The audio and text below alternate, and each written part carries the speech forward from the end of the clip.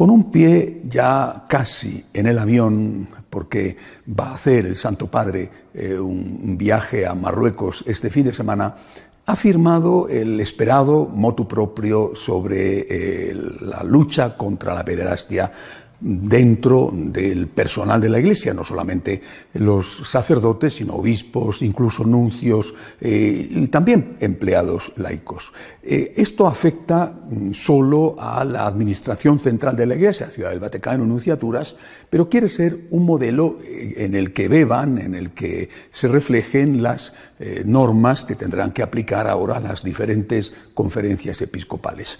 Es, ante todo, creo yo, un documento que busca poner fin a este desastre, a esta plaga, que aunque sea minoritaria, es terrible, de abusos a menores por parte de personas, como digo, relacionadas con la jerarquía de la Iglesia o con la estructura de la Iglesia.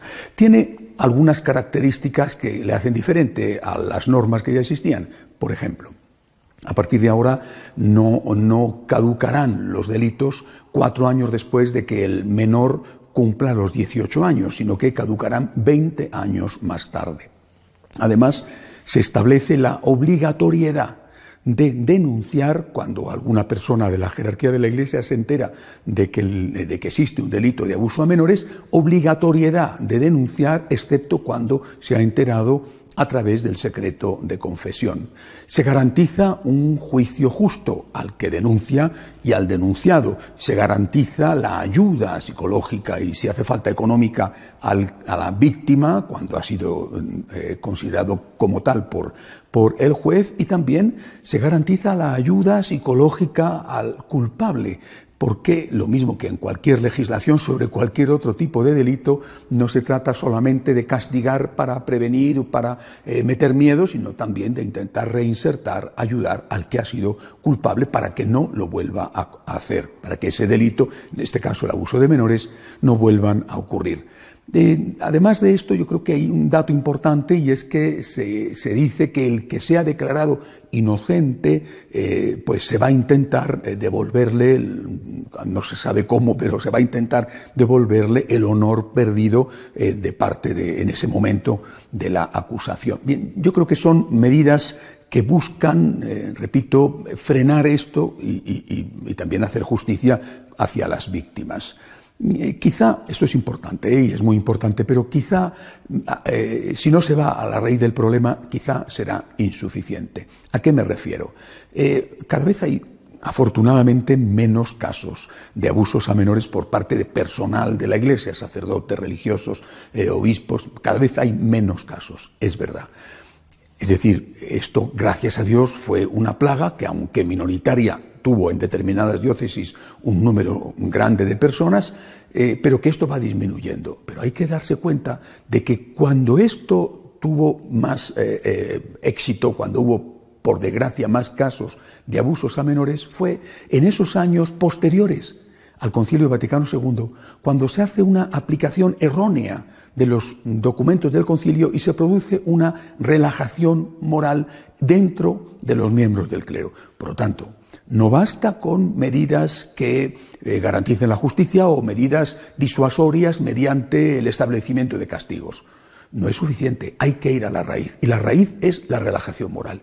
Cuando los sacerdotes, habrá excepciones, las hay, pero cuando los sacerdotes han abandonado su vida de oración, su relación con el Señor, su ascética personal, entonces es más fácil que algunos de ellos, aunque sean pocos, pero han existido por desgracia, algunos de ellos hayan caído en este delito, pecado de abusar de los menores. Hay que ir a la raíz del problema, que es la relajación moral.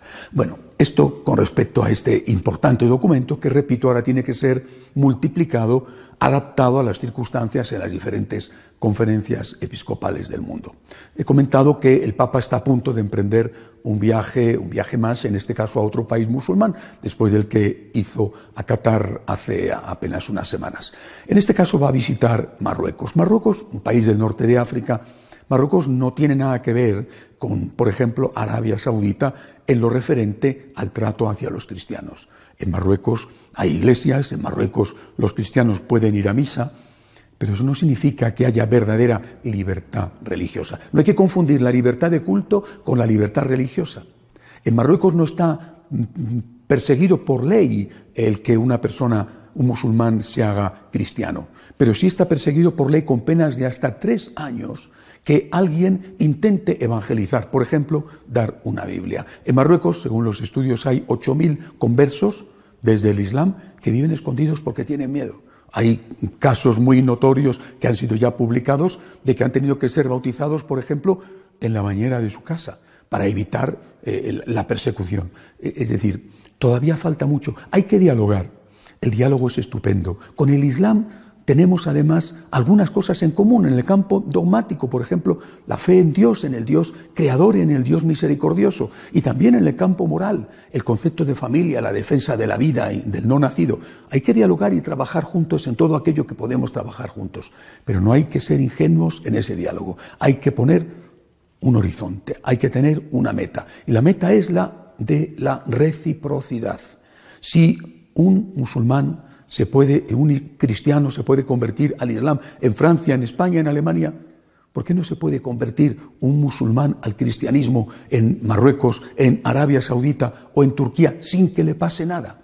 Es decir, el diálogo es muy bueno cuando se entiende como pasos que se van dando, pasos progresivos hacia la meta justa. Si no hay reciprocidad, y si no buscamos la reciprocidad, el diálogo puede convertirse en una excusa, en una especie de pantalla que camufle los problemas verdaderos.